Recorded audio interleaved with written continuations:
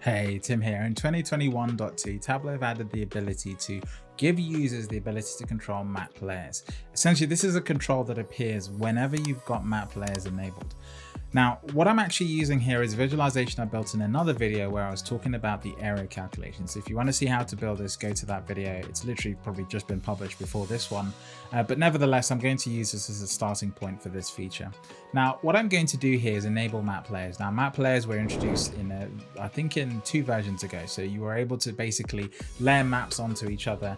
And what that enabled you to do is to bring lots of different levels of context. The way you enable that is to simply drag the geometry field into the visualization again. Any other mapping field will also work.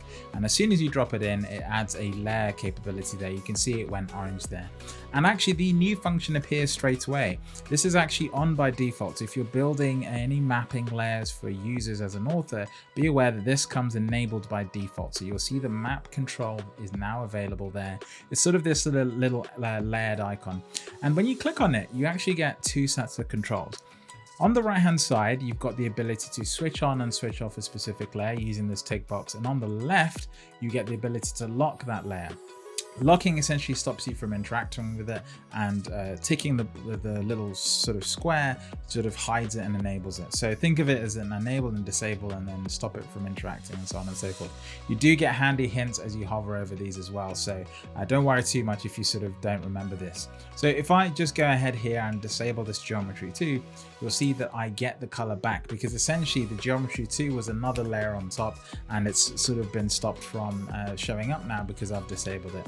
If I tick that again, you'll see that it comes back. And actually when I hover over this, you'll see that the whole thing gets selected because you can see everything go black. Now, if I lock this, you'll see that that no longer works because my selection is sort of going through the object. It's not working at all on that layer. So now you can see I can select the underneath elements in the visualization, which is sort of kind of cool. Now, the other thing you can do is you can lock everything and everything's there. But as an author, you don't have control as to whether someone can enable this or can't enable this. So you can't, for example, say, never let a user unlock or unlock a specific layer. They just get all the controls or none at all. If you want to disable this for your users, you can of course do this. If you just go up here to the top and select map, then you go to map options. I know I get confused between those two. And you'll see here, there's actually, it's disappeared when I've selected my little cursor. So I'll have to do this without cursor. So if I just go to map layers, actually map options, not map layers, sort of confusing having so many things using the same name. So let's try this again, map options. And you can see the layer control is the second one here on the tip. So now if I tick that, you'll see that that little square disappears and that now reappears. So that's basically where we are. You've of course got the other controls there. This is sort of getting bigger now that we can do different things with our visualization. But fundamentally, layer controls is really, really handy. And you can use this in lots of sort of use cases to give users a bit more control. I actually think this is important for accessibility. I think users should have the ability to choose this. So I think it makes authors have to think more critically about the layers they're enabling and what they're sort of letting users do. And also, I think it just adds another dynamic that if you're able to sort of instruct your users through how to use this effectively, they can also start telling their own stories by slowly or progressively disabling or enabling certain layers. So you could have a visualization that starts off with one layer that covers everything, and then as you disable layers, you maybe have a progression through a range of different things. So you could, for example, use this to show deforestation, where each layer is a different decade and you can slowly disable and show these layers over time. So that's just an idea. I haven't got an example data to sort of work with, but nevertheless, I think this feature is really, really cool and you should check it out. Hey, it's Tim here. I'm just editing this video and I forgot to show one final feature. And that's what happens when you publish a map layer control enabled visualization to Tableau server or Tableau online. So here I've got the exact same visualization. If I hit on the map layer control, you can see that I have that available to me. Now, one of the nice things is when we publish this up to Tableau server and Tableau online, you can actually save those settings in a customized view. So it doesn't remember it as you sort of interact with things. It will reset it every time you revisit the viz.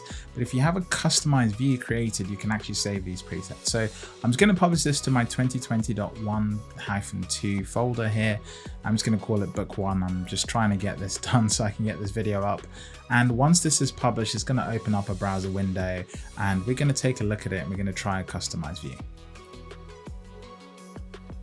Okay, so we have a customized view here loading. I just brought it in from my other screen. If I just go back to my browser here, you'll see that this has now been published and this is working nicely. There's no custom views here, so we're just going to go back to the visualization, go into sheet 1, and here we have the visualization that we just built in desktop.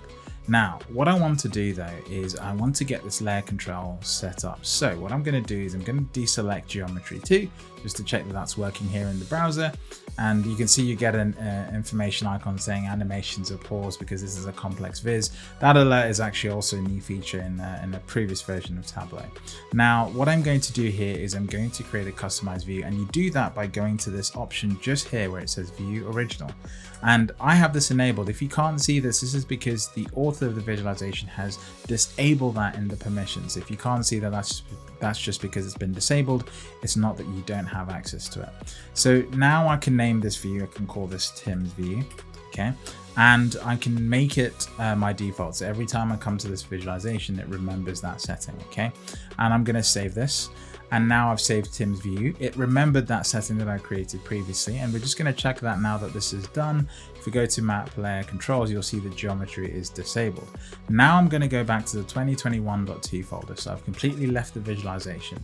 I'm going to go back into book 1, and I'm going to go back into sheet 1. And two things will happen. It will take me to my customized view because I set that as my default. The way I know that from the get-go is that if you see here, it says view Tim's and not view original.